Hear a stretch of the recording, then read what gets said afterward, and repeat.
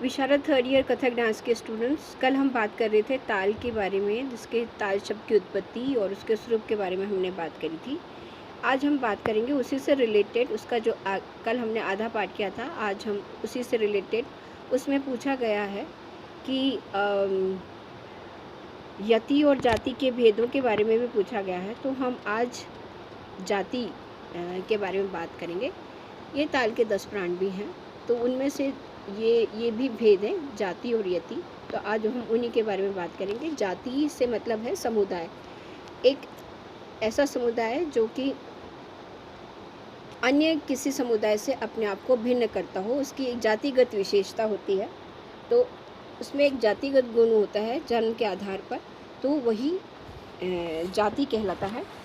और जिस प्रकार हमारी सोसाइटी में भी कई हमारी जो समाज है, कई उसमें बटा हुआ है, तो वही सब हमारे संगीत में भी देखने को मिलता है।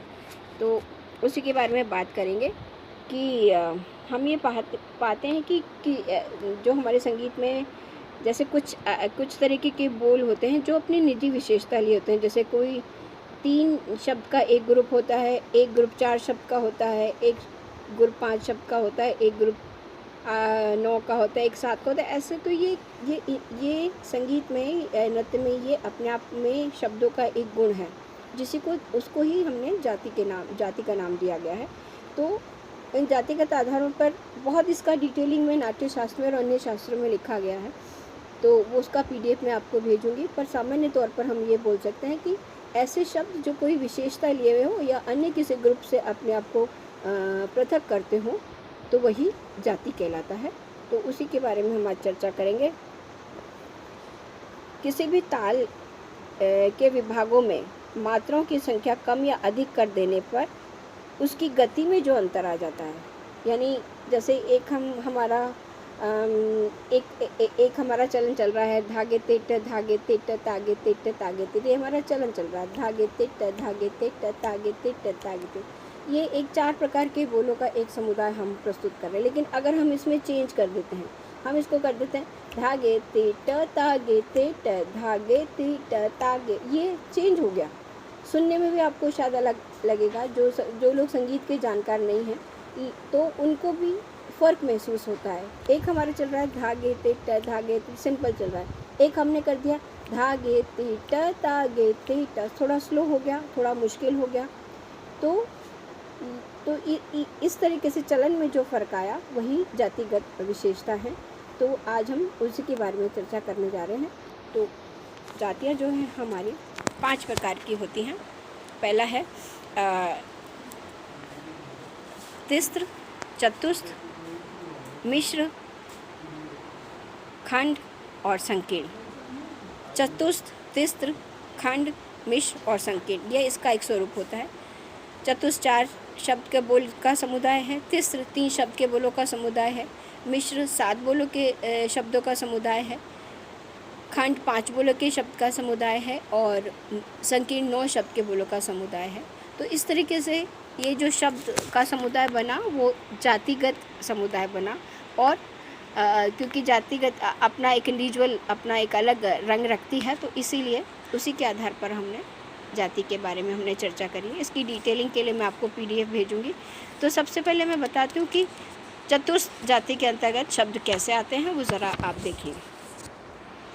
उसको देखने के लिए हमने करा है चतुर्थ जाति, यानी एक मात्रा काल में हम 4 बोलों का प्रयोग करते हैं, तो वो चतुर्थ जाति कहलाती है। एक मात्रा के काल में हमने 4 मात्रा के बोलों को लिया है, तो वही चतुर्थ जाति है। जैसे धागे तेट तागे तेट, कड़ धा तेट, धागे तेट, गदे गे न नागे तेट। जितने भी मैं बोल रही हूँ, सभी 4 शब्दों का समूह है। और एक मात्रा काल में, जैसे एक हमने बोला, तो इसमें मैं 4 शब्दों का प्रयोग कर रही हूँ। धागे तेट 4 बोलों का इसमें समावेश हो रहा है, तो ये 4 बोल हुए। धागे तेट तागे तेट, एक मात्रा काल में मैंने 4 बोलों को लिया, तो ये चतुर्थ जाति की। अब इसकी विशेषता क्या हुई कि एक मात्रा काल में हमने 4 बोल लिए, तो ये चतुर्थ जाति का बोल हो गया। अब इसी बोलों को अगर मैं तिस्र जाति में करूं, यानी एक मात्रा काल में 3 बोलों का समावेश करूं, तो देखिए क्या होगा कि उसकी लय में अंतर आ जाएगा, उसके उच्चारण में अंतर आ जाएगा। कैसे? जैसे चतुस जाति में चल रहा है धागे तिट धागे तिट, अब इसी को मैंने चतुस में क्या, धागे तिट तागे तिट धागे तिट तागे तिट धागे तिट तागे तिट। फ़र्क हो गया? सुनाई भी दे रहा है कि फ़र्क हुआ, थोड़ा स्लो हो गया, थोड़ा मुश्किल हो गया, सोचकर हमको करने की ज़रूरत पड़ी। तो ये तिस्र जाति हुई, यानी एक मात्रा काल में हम 3 बोलों का समावेश करते हैं, तो ये तिस्र जाति हुई। जैसे धा त क थूंगा धा गे दींगे ता, ये भी तिस्र जाति का बोल हो गया, है ना। तो इस तरीके से हम बोलों को लेते हैं और करते हैं। इसी तरीके से हम आते हैं खंड जाति के अंतर्गत। खंड जाति में हम 5 बोलों का समावेश करते हैं। ऐसा बोल समुदाय जिसमें हम 5 बोलों को प्रयोग करते हैं। जैसे ताक ताकीट ताक ताकीट ताक ताकीट ताक ताकीट, यानी ताक ताकीट कितने शब्द हुए? 5 शब्द हुए। ताक ताकीट, तो हमने एक मात्रा काल में कितने शब्द लिए? 5 शब्द लिए, ठीक है। और अगर हम इसी को ऐसा करते हैं तो आगे बोलेंगे हम धागे तीट तागे तीट धागे तीट तागे तीट धागे तीट तागे तीट। ये देखिए आप 5 बोला है, मुश्किल भी हो गया। धागे तीट तागे धागे तीट ता तक कहाँ है हमारा? एक मात्रा काल में। धागे तीट 4 है, इसमें हमने ता और जोड़ दिया, मिलाकर 5 हो गए। लेकिन अगली जो बीट किस पर पड़ रही है? गे के ऊपर। धागे तीट तागे तीट धागे तीट तागे तीट धागे तीट तागे तीट धागे तीट तागे तीट, इस तरीके का हमारा ये चलन चलेगा। तो ये हो गया हमारा खंड जाति का, आए ना समझ में। तो